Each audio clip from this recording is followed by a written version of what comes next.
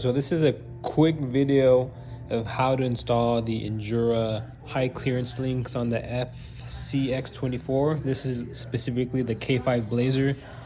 There's no instructions. I was able to figure out by looking at the Amazon reviews, like how they had the picture. Look at those and also maybe watch a little bit of this video. You're gonna get in the kit a couple of these brass parts, 4 of these steel parts, oops, hold on, some O-rings, I guess you can call them, and 3 different sizes of Allens, okay, Allen screws.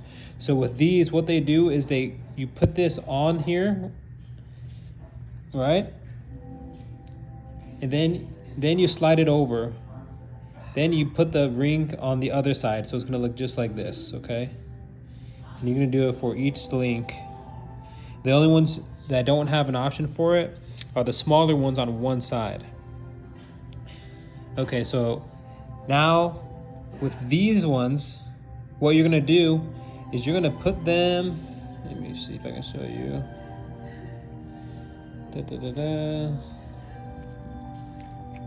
Let me get this shock here. Okay, cool. So see how the shock is empty right there? You're gonna grab this piece and you're gonna press fit it into the shock mount right there. And you can't really tell, but that one is press fitted in there. So it's got this little piece inside the little shock mount right there. So you're gonna press fit that in there with some pliers, super easy. And then you use the long screw to put it through the shock. Then you put it through this part of the end link. It's gonna be like this. Put it through the shock, put it through the high link, then to your axle, okay? That's how those set up. The front ones,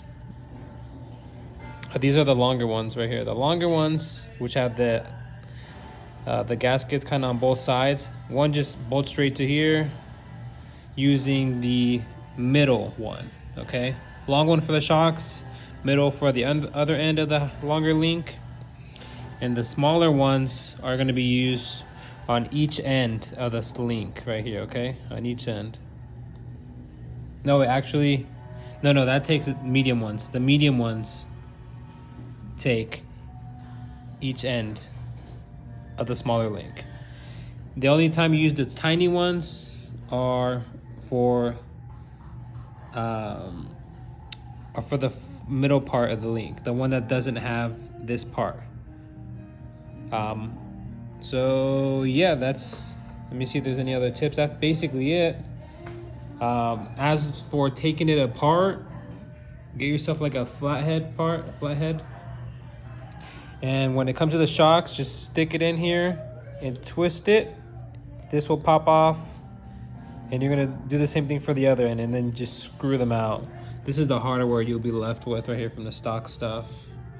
But yeah, that was just a quick little rundown. I hope this helps somebody because honestly, you'll get it with the photos, but this should help you out as well. So I'll probably do like a quick video when I have them on. And yeah, I got these from Etsy right here. These are gonna give me some more articulation, and I put the 62 millimeter crawler tires. I had the 58s, they're decent. I'm probably gonna return them, clean them.